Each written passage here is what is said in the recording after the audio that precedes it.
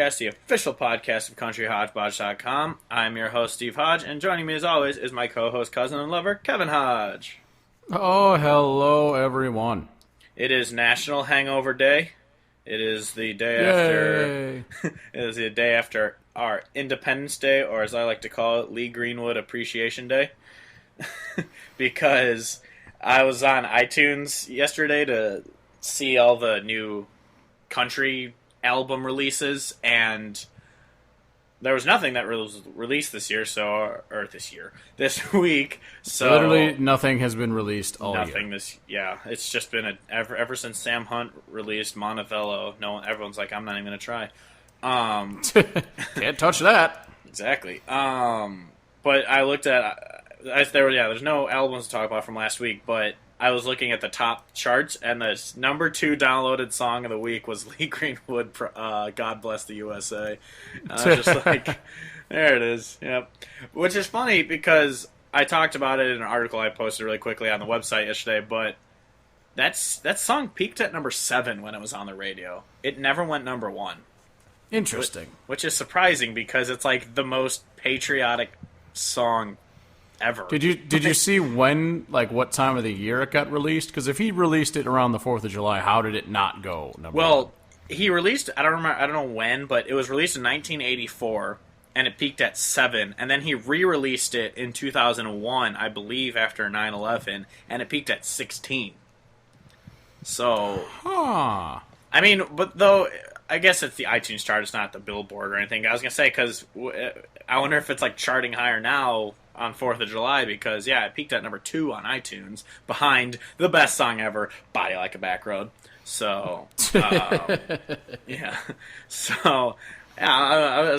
was surprised when I was looking into it. Because I wanted to write the article about it, because everyone and their mother knows that song because of 4th of July and it getting played 25 times a day. So I was like, I wonder how well this song did. It's his most well-known, but he has 7 number 1 hits in his career, and that is not one of them. Interesting. Which is really weird. Apparently people aren't as proud to be an American, where at least they know they're free. Oh, those sons of bitches. Let me down, America. You're letting me down. But anyway, speaking of 4th of July, we had fun on the river this weekend, and it was amazing. And yes, and there was beer. Yeah, and well, it was awesome because we were repping the America Fuck Yeah tank, and people were like, yo, do you have any more of those in stock? I was like, we don't have a stock. That's exactly what I thought of when everyone was just like, oh, you got more of those? I'm just like, yes, yes and no. They're like, do you have merch in your car? I'm like, I don't have I have stickers. Do you want a sticker? Like, we don't. There's really tiny stickers. You want one? I mean, it's nice to know that there's a little bit of demand for our stuff, though, because I do want to take like a poll online and be like, yo, would you buy this tank if we ordered it? Like, and then if people are like, yeah, I'd buy one, I'm like, well, then I'll order a bunch. But as of right now, no, we don't have merch. We're not breaking news, we don't have merch on hand. Our website is 3 weeks old. Our podcast is 5 months old, 4 months old, something like that. And, so we're still a pretty young franchise. So we'll get there eventually. Yeah, one day we might have stuff you can order, and if you're my friend, I can give you free stuff. But if you want the shit, just let us know, and we'll find a way to get it to you. But I'd be because I would love people to like wearing our shit. I mean, that'd be cool to have a little brand. I mean, we're starting to brand ourselves a little bit, and we look more professional than we are. But that's the key. That's the key. In this business venture, we are down a lot of money. It's all about, like, it's dress for the job you want, not the job that you have. And the job that we want, apparently, is drunk on a beach. Yeah, it's true. Very true. Hashtag America. Yeah. But so it was a great weekend. Hope everyone had a good 4th of July. I hope everyone still has 10 fingers. I saw this meme. No Jason Pierre-Pauls of this year. I saw this meme online. It was pretty funny. It was just like, there's a lot of people waking up this morning with 10 fingers for the last time. It's like, oof, that's true. But oof. I did see that the local hospitals treated like 8 people in the Quad Cities for limbs being disfigured due to fireworks explosions. Good job, Which guys. honestly, Good for job. the Quad Cities and how big it is, like that's not the worst. And for how many fireworks I heard going off over this my weekend. God. Yeah, yesterday I got invited to a party and stuff, and I was like, I don't want to. I'm going to stay home and play video games and watch TV all night because I'm tired and I don't want to do anything. Because I ran yesterday morning, and I went to sleep or up to bed at like 9:30 or 10. And I heard explosions till about 10:30. I was like, I just want to sleep. Yeah, no, they were going ham out here. It was unbelievable. Yeah, I love 4th of July, but I don't care about fireworks. So, I like fireworks. I also enjoy not hearing them every single night of the week for a week straight. Yeah, but by the 8th, it's just going to be back to being gunshots. Yeah, I'm not going to know the difference. It's just going to be a seamless transition. Yeah. I did see a meme that made me laugh really hard related to that. It was just like, fireworks or gunshots, the hood may never know. And it was the picture of the owl with the fucking, like, how many licks does it take to get to the center? It was just like, the world may never know. It was just, the hood may never know. Yeah, that's true. Anyway, we don't really have much to talk about this week. It was a good holiday week, and we got to sit on the beach. I threw on country music, and no one seemed to mind, even though most of our friends don't like country music. So, turns out we found the perfect recipe. Once everyone's at that like 5 beer or beyond limit, they stop realizing what's even on the radio, and then we get to play what we want to hear. Exactly, and it was great. And then, well, I was surprised how many people knew that "Son of a Bitch" song. I didn't realize. Yeah, it was by that huge Nathaniel Rateliff. Yeah, I didn't realize it was that big of a song because everyone was like singing. It's a great song. Well, yeah, it's a great song. I'm not denying. Yeah, but I didn't realize so many people knew Nathaniel Rateliff. But no, it's cool. I guess the other thing if you're listening and you've ever been to our site, you'll realize that we try and write articles, but I do it while I'm at work. I'm not supposed to be doing it. Oh my God. And so my articles are always very short because obviously I'm working, so I'm kind of in between projects. I'll sit there and type one up really quick or whatever, but we've been writing a bunch of articles, and the one that's gotten the most traction, I don't know if we talked about this last week or not, but Kevin wrote an article about John D. Hale Band. Yeah, dude. Who is a really, really good, I was about to say Texas artist, but they're from Missouri. They're not from Texas. Texas, Missouri, same thing. You saw them in Texas. Yes, I did. Saw them down in Austin. It was great. Yeah, but so you wrote the song. I did write the song. Yes. You wrote the article about the song. Why am I blanking? What the hell's it More called? Than I Can Handle. More Than I Can Handle, which is a great song, and John D. Hale's wife shared it, and it got us a bunch of views, and it's not like the most viewed by far article on our site. And then a close second is the one that I had a feeling would be slightly controversial, is the seriously, how the fuck is this country music? Because I am as sick as everyone else about this whole stupid fucking debate of, is it country music, is it not country music? The answer is no, Sam Hunt. You are not country music. That's all there is to it.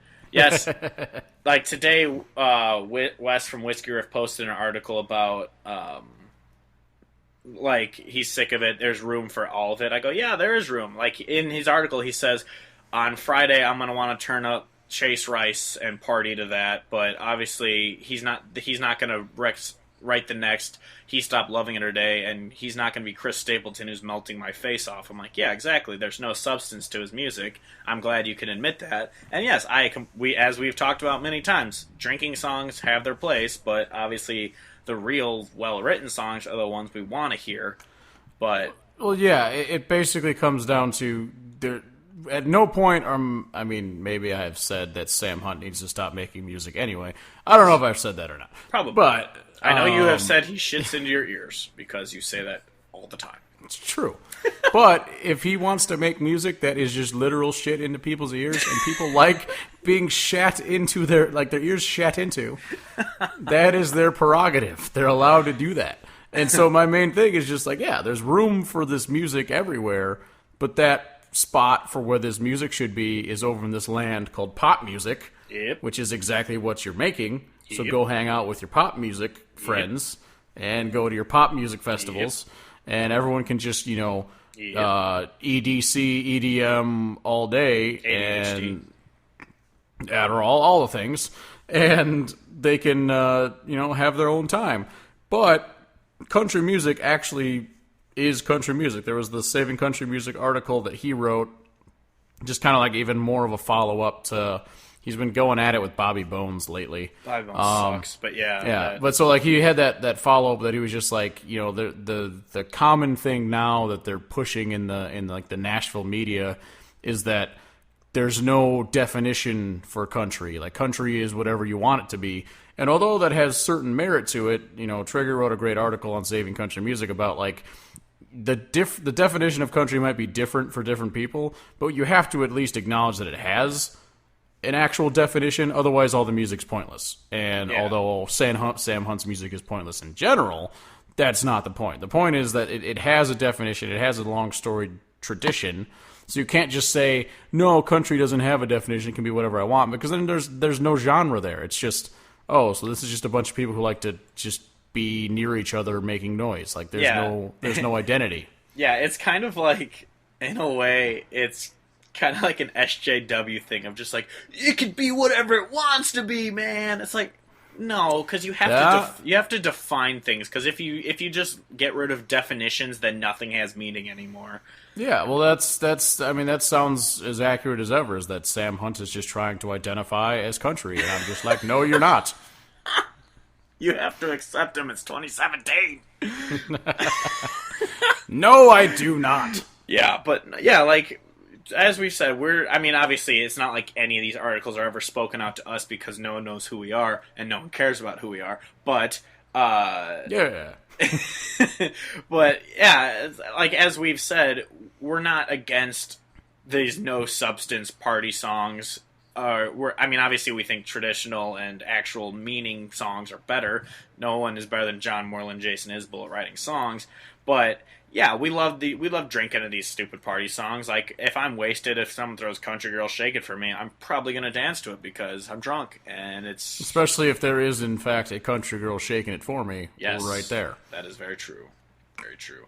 We're not against crappy music, but yes, I'm sorry. If you have to have Backstreet Boys in your song to validate your existence, or if you're Sam Hunt, it's not country music.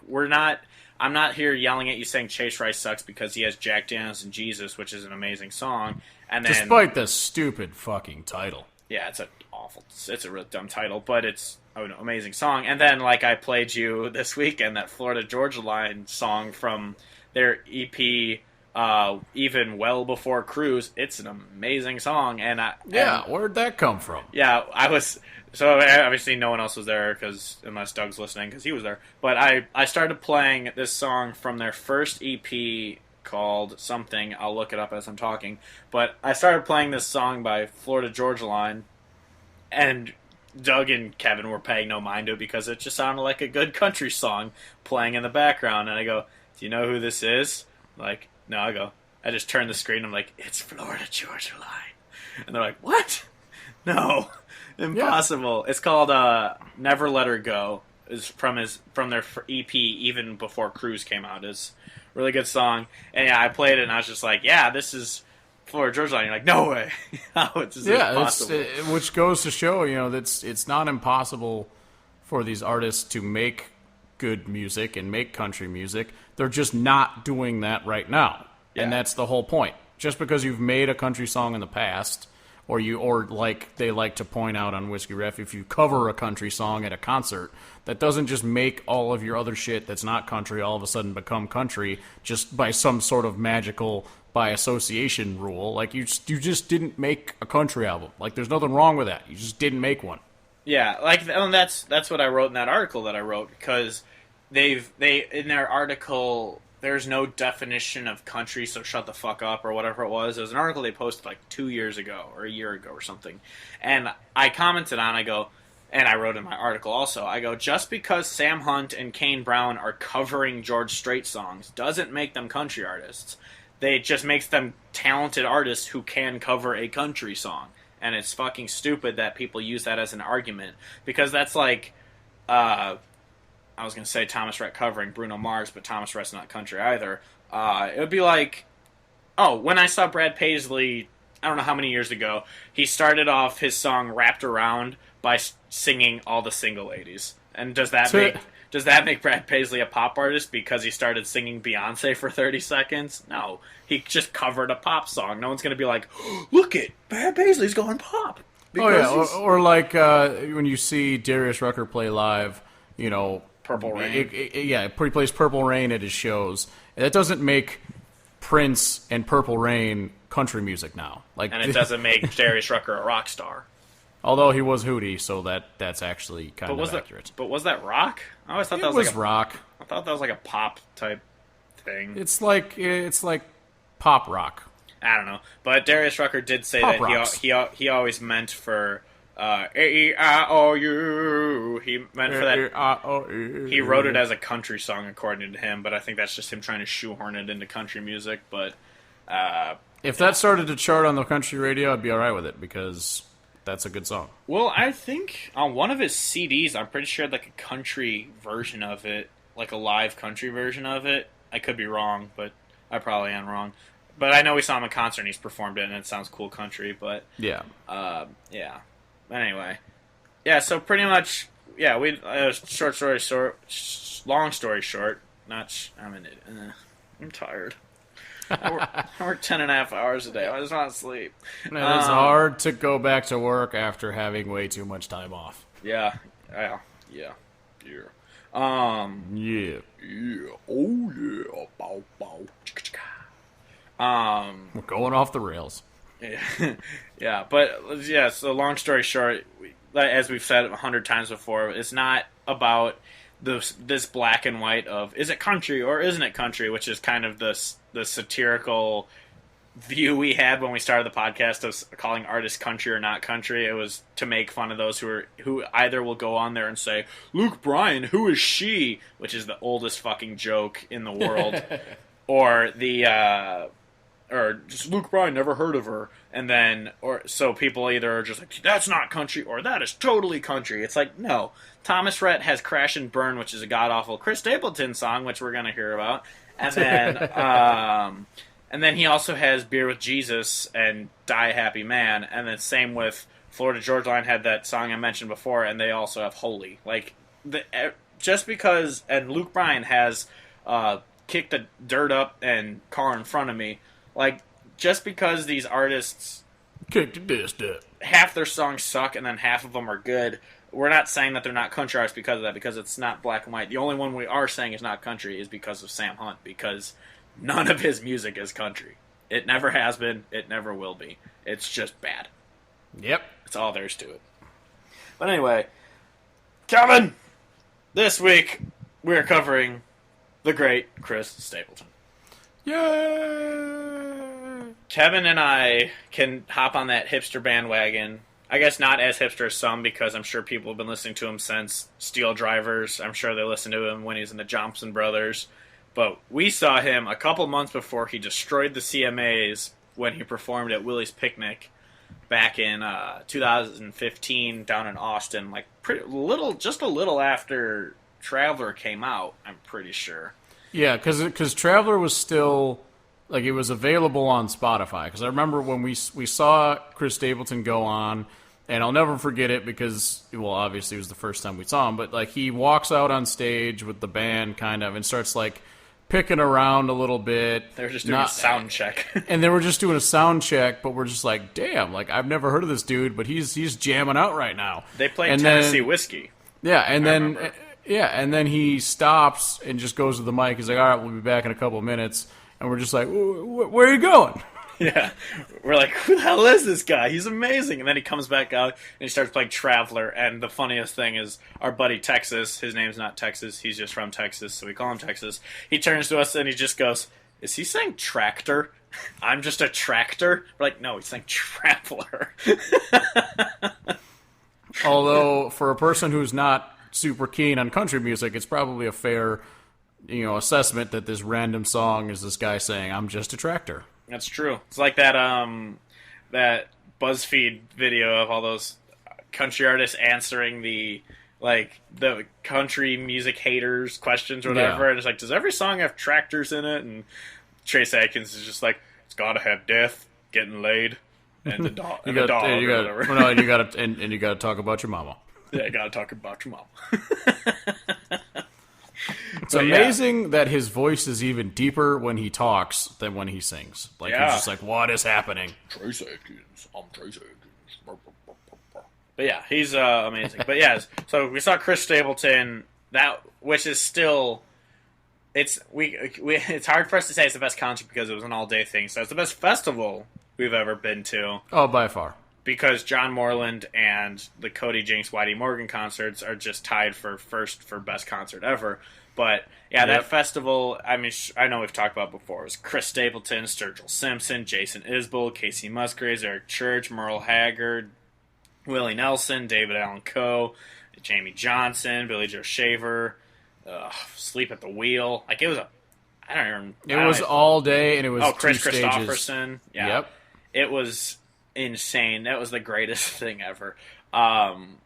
But I remember because I made a playlist going into it. I put all the artists that I'd heard of into just a playlist like, Willie's Picnic, these are all the bands that are going to be there. Got to listen to all these guys, get ready. And I didn't put Chris Stapleton in there because I'd never heard of him. I thought he was just going to be like a Billy Joe Shaver, like older guy. Like, he's probably decent. I don't need to listen to him. And then we got there and it's just like, why did we not listen? Yeah, we all just downloaded on Spotify the album Traveler, and like on the plane ride home, we're like, yep, listening through this a bunch of times. We all were listening to it. We're just like showing each other our phones. Like, have you heard this one yet? Like, oh yeah, I'm on that one now. It's like, oh, me too. Yeah, that was a great. And then so we've been obsessed with that. I remember, and then after that for a couple months, I'm trying to show him to everyone. I'm like, you need to listen to him. You need to listen to him. I remember showing it to Dan Ardelin, and he was just like, because he's.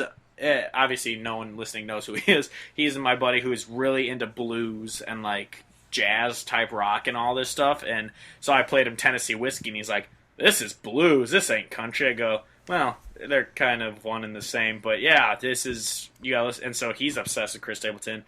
I can always find he's so good. Yeah, I can always find an artist for someone who says they don't like country music. Like Stevie Ray. He hates country music, but I played him Kip Moore, and he loves Kip Moore now. Like.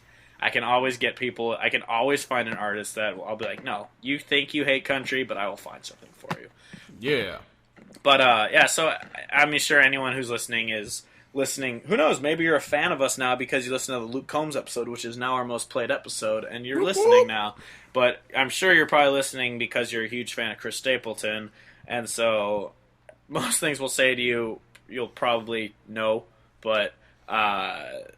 Yeah, so anyone who doesn't know, Chris Stapleton's actually been around for 16 or 17 years or something. He's been in the business, but he started gaining notoriety 2015 when he swept the CMAs and performed Tennessee Whiskey and, was it Drink You Away? Yeah, the Justin Timberlake song. With Justin Timberlake on stage. That's where everyone was just like, holy crap, who's this guy? And also at the same time, it was when everyone's like, how did Sam Hunt lose? Who's Chris Stapleton? And I was like, yes, thank you. It's the little things in life. Yep, there's always those little things that I love. But yeah, so that's where he kind of got it. But if you haven't, or if you've only heard Chris Stapleton stuff, go back to listen to when he was in the Steel Drivers. That stuff was all good. His Johnson Brothers CD, it's a rock CD. It's not a country CD, but it's also really good.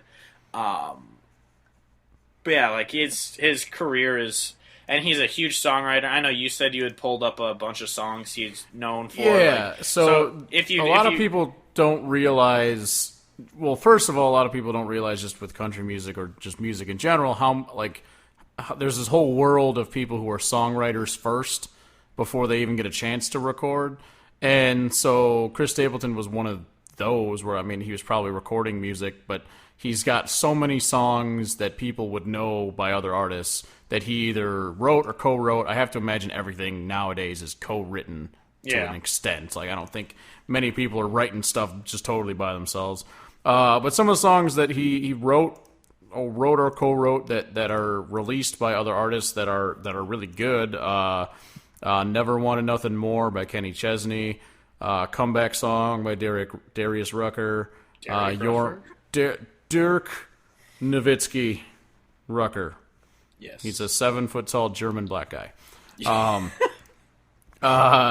Your Man by Josh Turner, which is a great song. Also, Another Try by Josh Turner and Trisha Yearwood, which is a fantastic song. And he wrote the song Drink a Beer, which was by Luke Bryan, which was one of those songs where, like, Luke Bryan had been shitting into my ears. And then this song came out, and I was like, wow, that's actually like a really good song. Then I found out Chris Stapleton wrote it. I'm like, that makes sense. That makes sense. That totally makes sense. Oh, speaking of which, this is always the story I always tell people. I think it was Drink a Beer. It might have been one of these other songs he wrote. But I remember I was watching this video, because it was like some list that goes, songs written by Chris Stapleton you might not have known were, written by him. And it was him performing... I want to say it was Drink a Beer. It might have been another one. But he goes up into the mic and he goes, I'd like to thank him for recording this song because it bought me my house. And I was just like, how much money do you make as a songwriter? What? I want to be a songwriter. And I actually do want to be a songwriter because I love writing songs. But still. Exactly. But yeah, I was just like, geez, you don't even have to be the one up on stage and it'll still pay your bills just to write these songs. It's insane. But you also have to do it really, really well. Yeah, which I don't. But but yeah, then he's also written some not as great songs.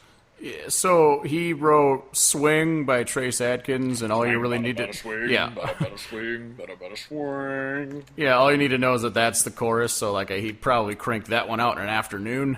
He did Something to Do with My Hands that Thomas Rhett recorded, and I don't honestly know that one that well, other than the fact that it's not good. I liked that one. It wasn't. I remember when it first came out. I think that was like his debut single, and I remember everyone's like, "Oh, this is a good one," and it was just one that I didn't hate. It wasn't like a one I was like, "Oh, this guy's gonna be the next Garth Brooks," but it was just like, it's not bad. It's just kind of a upbeat, because it was actually a country song at least. It just wasn't. Yeah, it wasn't great, but I didn't. But speaking of Thomas Rhett and not country songs, Chris Stapleton also wrote "Crash and Burn," which is just an atrocious pile of garbage of a song. Although when you look at the lyrics, it's really not a bad song. If you just look at if you just read the lyrics, it's actually like one of those where you're like, oh well, if they didn't take it and turn it into a poppy nonsense thing, then maybe it wouldn't be bad. Who knows? Maybe it wasn't even really written by him. Like, someone was like, all right, Thomas Rhett's like, I got this new song. It's called Crash or Burn. And he's like, wait, Crash and Burn. It's like, oh, songwriting credit. There you go. Well, I do also, I wonder about that because, yeah, I mean, I don't think there's a way for us to look up and find out how to much the input extent. they had. Yeah. Exactly. So, like, he's a writer or co-writer on all these songs, so maybe he just did the whole thing, and then he handed it to Thomas Rhett. Then the producers over in Nashville were like, all right, time to ruin this motherfucker. Yeah. And then they just did it. I don't know. That's also like the same joke we make when everyone's like, Sam Hunt wrote I Met a Girl. And it's just like, and then I think it was you who made the joke. You're just like, I don't think he actually wrote anything. I just think he stood in the corner with his shirt off and said, I'm here too.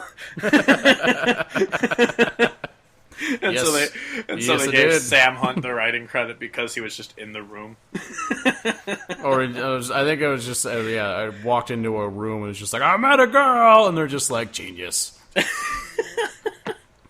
And that's now Sam Hunt's wife. Hooray. Yay. Speaking, I guess it's not really a point worth making, but at the same time, like all these artists that we shit on, we don't, like, if I met Luke Bryan, I'd be happy to meet him. Because even though I don't like his music, I'm sure he's still a swell guy. Like, And so that's like the same thing with Oh, Sam for Hunt. sure. I'm sure Sam Hunt is a very nice person, but I don't like his music. I don't like it. It's not good. Oh, yeah. But anyway, So that's some of the songs that he wrote. In case you didn't know. In case you didn't know. So before we get into like our favorite songs by him, I kind of want to like 2 honorable mentions. I'll post about them online later and stuff, but his best song, in my opinion, from Johnson Brothers is "Barely Alive." That song is agreed. That's good. Yeah. And then Steel Drivers, his best song is "Where Rainbows Never Die." That song is phenomenal. Yeah, the song I flagged from Steel Drivers is the song "Ghosts of Mississippi." I think that song is tremendous. I'm not sure if I know that one. It's it's off of the Reckless album, and it's like at the end or close to the end, and it's got this like, it's called Ghosts of Mississippi, but it's got this like haunting bluegrass bit going on, and since he's got that like howling type of gritty voice, it's just really neat. Oh, nice. Yeah, I'll have to check that one out then. But yeah, so anyone who doesn't know, he's had 2 solo albums so far. He's got From A Room Volume 1 and then Traveler, which is his first album, which was the highest selling CD of 2016, I believe. And sure. It was either 2015 or 2016 or both. I don't know. But it went number 1 in the country, which is very rare for well, it's not very rare for a country album, but it's usually if a big pop release is released the same week as any country album, it will lose. Or the country album will lose.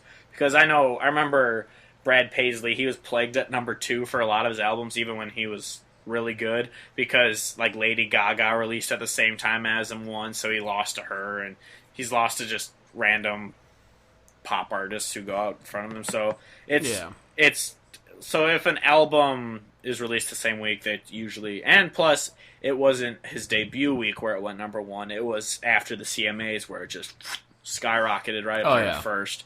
So that's a pretty big deal. And then obviously From A Room went number 1 in country, but it didn't go number 1 in it didn't go number 1 on the Billboard overall, I believe.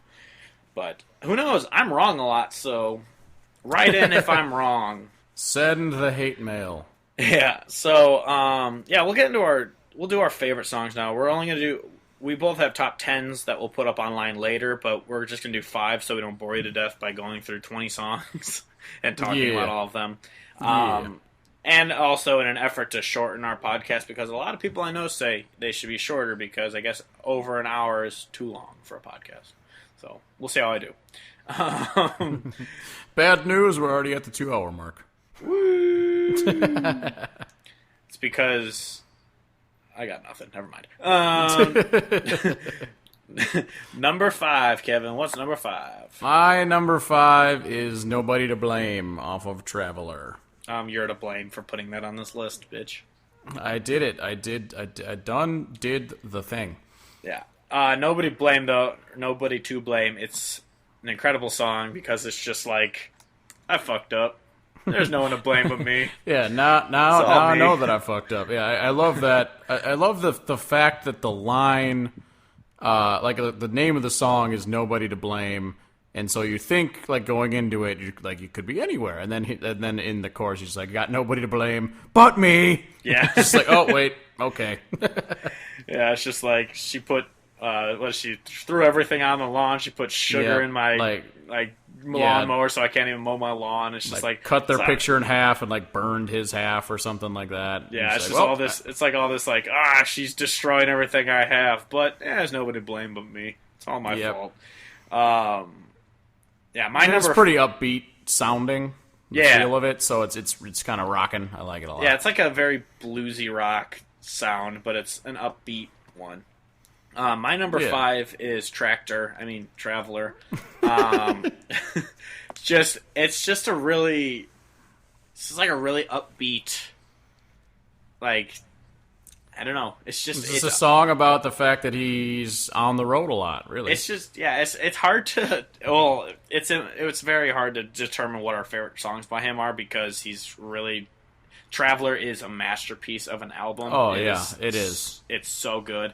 But, Yeah, well, because this is the lead track off of it. It just goes into it, and it's just like so happy, upbeat. It's so catchy. I love this song. It's true. It is really just really fucking good. Yeah. Number 4, I did. I was wrong, so I'm just continuing this theme of I fucked up. Yeah, that's number 8 on my top 10. But yeah, that's yeah. It's off of From A Room. It's a similar song to Nobody to Blame But Me, but it's more from he's just kind of like pleading with his lady and just saying like, you know, I was wrong, and then like because it's more of he's saying like he says I told you I didn't need you, and now he's just like, can't you see that I was wrong, and like his life's falling apart, he didn't realize how much she meant to him, kind of thing. And this one's like really bluesy. And whenever he gets into the blues, he's got a knack for it for sure.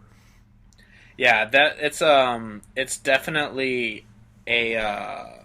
This one shows off his voice because he could belt it in this one. Yeah. This is one where he's just like, I mean, anyone who hasn't heard him, he deserves those like Vocalist of the Year awards he's gotten because his voice is insane.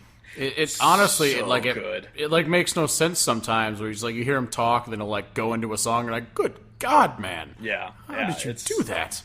Yeah, it's unbelievable. My number 4 was my phone. Oh, it was the Last Thing I Needed, First Thing This Morning. Which, if anyone doesn't know, it's a cover of a Willie Nelson song. So that's actually 2 CDs in a row. He's had a cover of some old school awesome song, because on his first one he had Tennessee Whiskey, which was a George Jones and then David Allan Coe, or vice versa. David Allan Coe wrote it, I'm pretty sure, and George Jones released it. Okay. Yeah, I want to say that, unless I'm totally wrong, then fuck me. Which, as we know, we are very good at being wrong. Yeah, like I know for a fact both of them have recorded it. But since David Allan Coe is more of the songwriter, I want to say, in my head, it's telling me that that's the case, that he wrote it, George Jones recorded it, but I could be totally fucked in the head. Well, you were wrong, Kevin, because... Damn it! It was written by Dean Dillon, actually, and Linda Hargrove, and then it was... Actually, I think it was partly written by David Allan Coe, but it was... It was released by David Allan Coe in 1981, and then George Jones released it in 1983. Well, I was kind of right. Yeah. David Allan Coe, it peaked at 77. George Jones peaked at number 1. Well, number 1 on Canadian. US was number 2. Oh. Canadian? Yeah, Canadian. Canada. But it went number 1 with Chris Stapleton. Oh. Which isn't... Well, even though it was never a single, it just went number 1 because it just spiked after that. Yeah. It's amazing. Apparently, Justin Timberlake's like super popular, and when you do something with him at a live performance, people pay attention. Who? Justice Beaver. Oh, Justice Beaver, the crime-fighting beaver. He's my favorite. All right, number 3.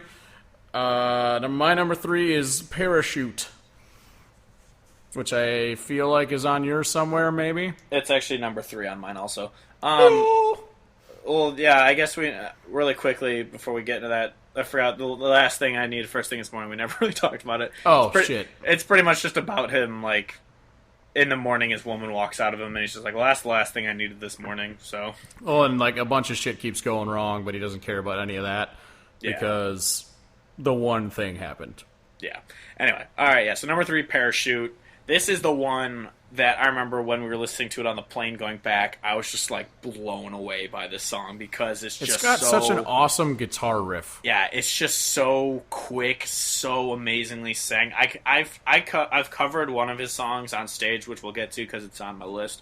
But never. This one, I've tried singing before, and I can't do it because it's so hard to sing. I mean, I don't have a great singing voice, but this is insane how good this song is.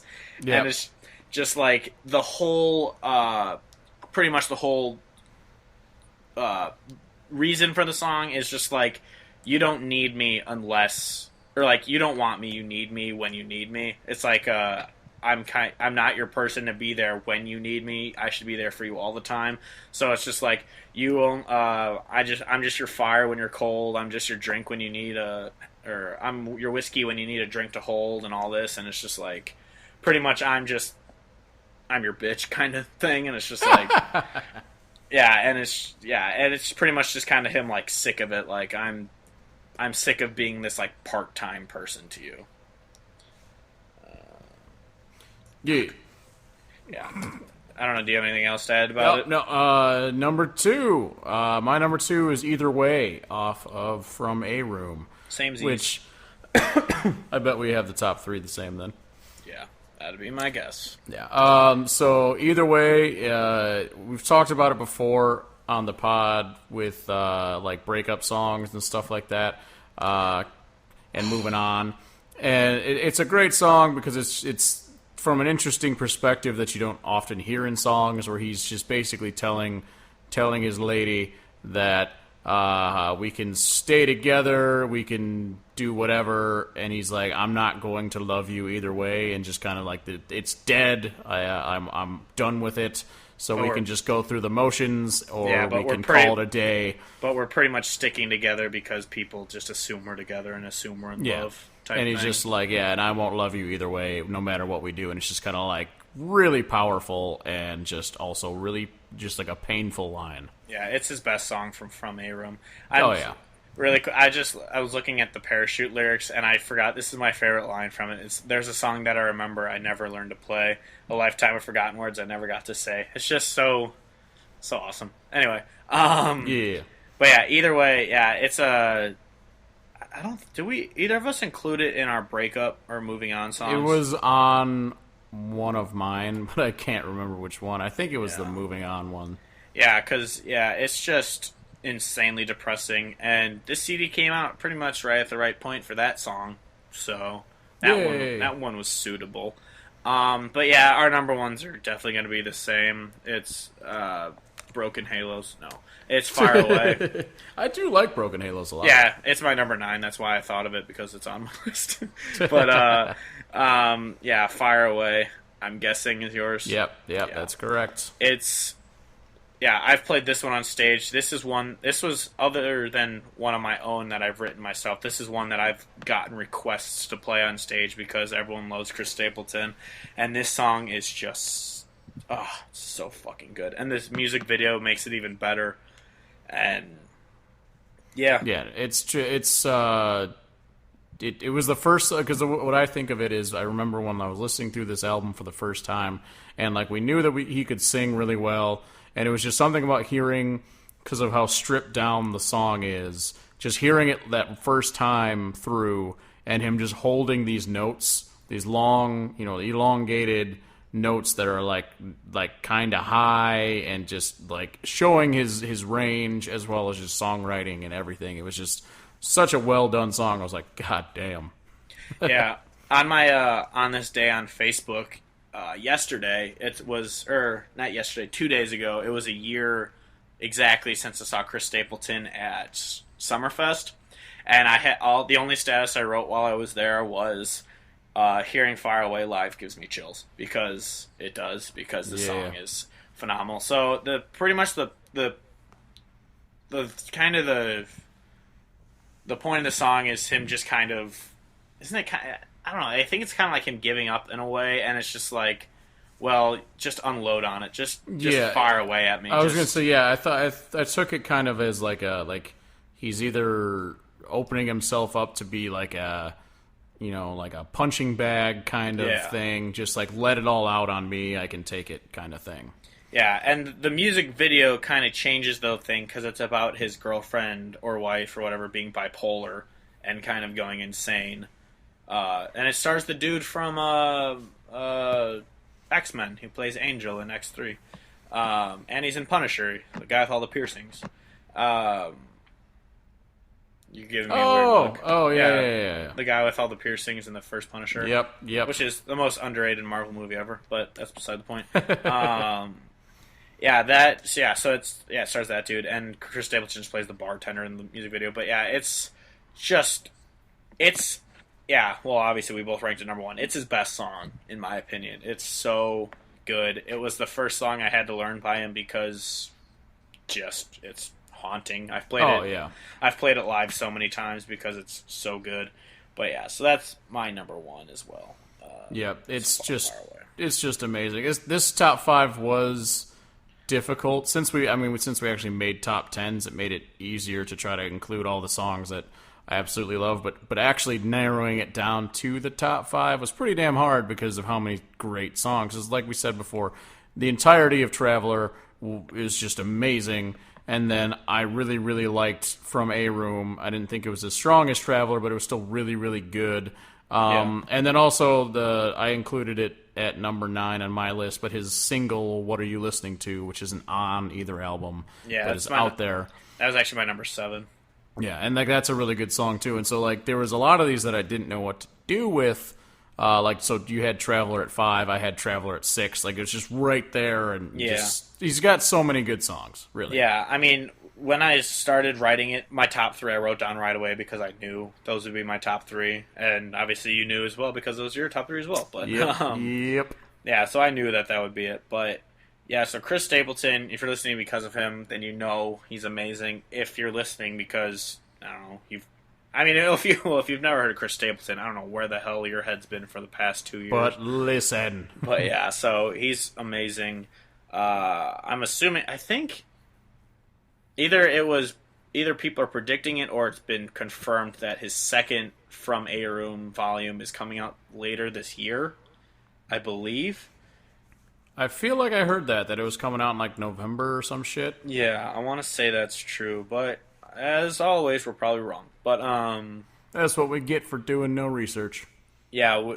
If our website ever takes off and we can have it be a job, then we can actually spend time researching for our podcasts because then they could be better than what we do. But me and Kevin both work a lot, so it's hard to find time for this podcast.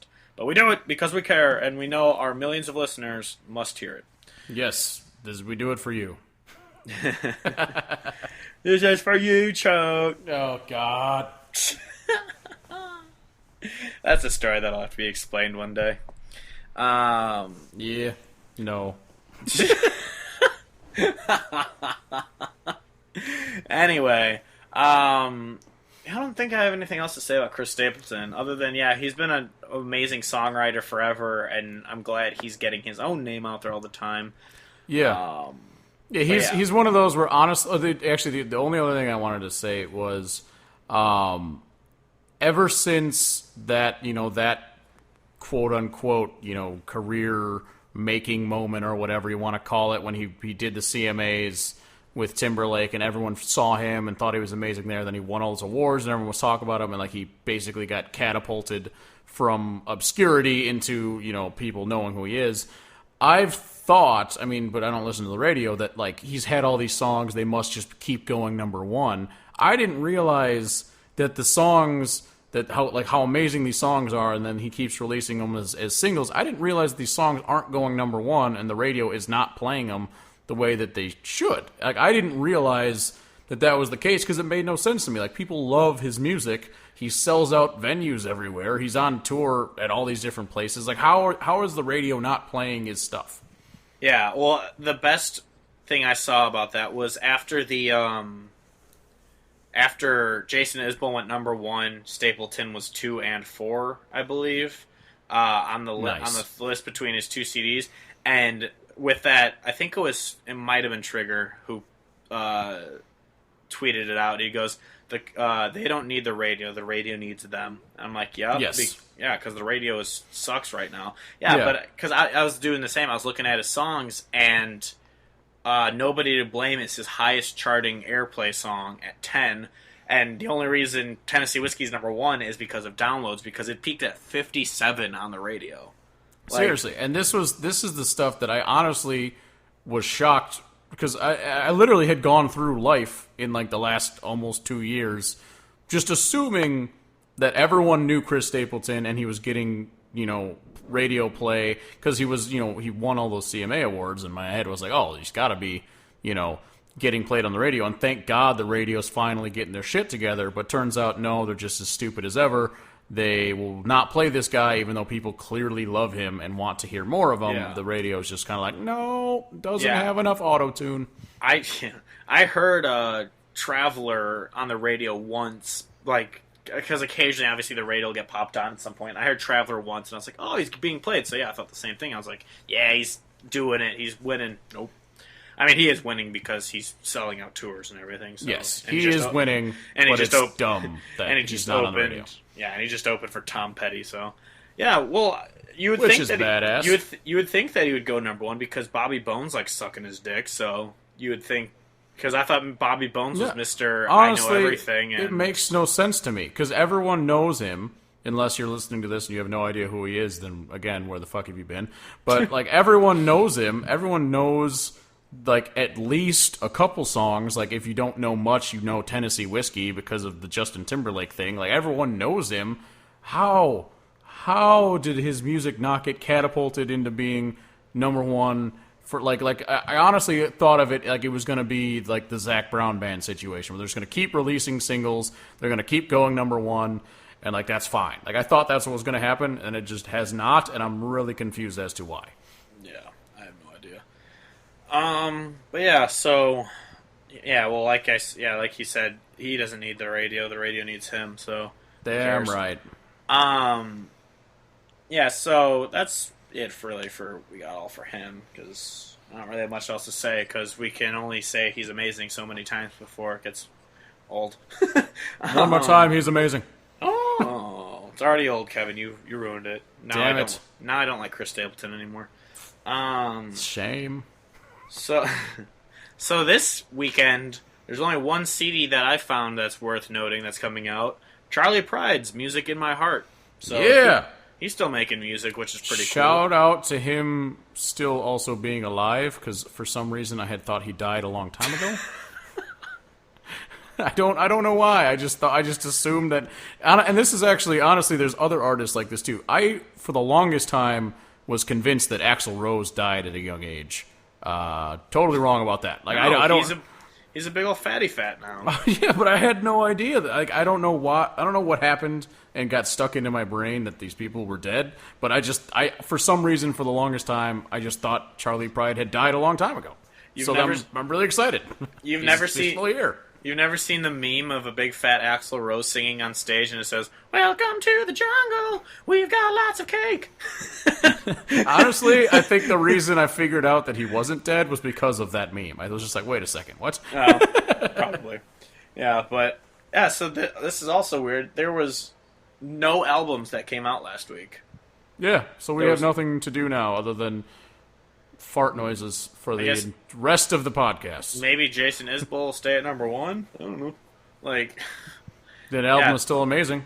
Please keep listening to it, world. Yeah, so there's nothing. What have we been listening to, reading, watching, Kevin? What are we doing? Well, I was doing America things all weekend, so you could say so you're listening to Spice Girls. I was going to say I listened to Courtesy of the Red, White, and Blue more in the last weekend than I had in a while. God. Oh, that song. It's great. It's amazing. We'll put a boot in your ass. It's the American way. Like, it's just it gets in your soul. Yeah, no, so I was just doing American things, out on the boat, went golfing. So I haven't listened to much since there wasn't albums that came out. I didn't even have the opportunity to not listen to them so you could yell at me, so missed out there. Well, the homework was canceled, Kevin, so you lucked out. Remember those days in school when you wouldn't do the homework and then the teacher would forget to ask to collect it and you're just like, yes! Exactly. I didn't do it anyway! That's basically every time we sit down and do the podcast and you talk about artists that had albums come out, I'm just like, who? Kevin, you're a bad host. I'm gonna replace you with Bobby Bones. No! Yeah, so we can talk about how great pop country is and how there's no definition of country music. But yeah, so it's a nice short episode this week, so you're welcome, world. Yeah. Yeah, so where to find us? You can find the podcast on Facebook and Twitter. It's on SoundCloud also if you're listening through iTunes. If you're listening through iTunes, please give us a review. Give us 5 stars. Say we're awesome. Or give us 1 star. Say we suck. I don't care. Just review us, please. Please. You could find our official website, Country Hodgepodge. It's countryhodgepodge.com. We're also on Instagram, Twitter, and Facebook.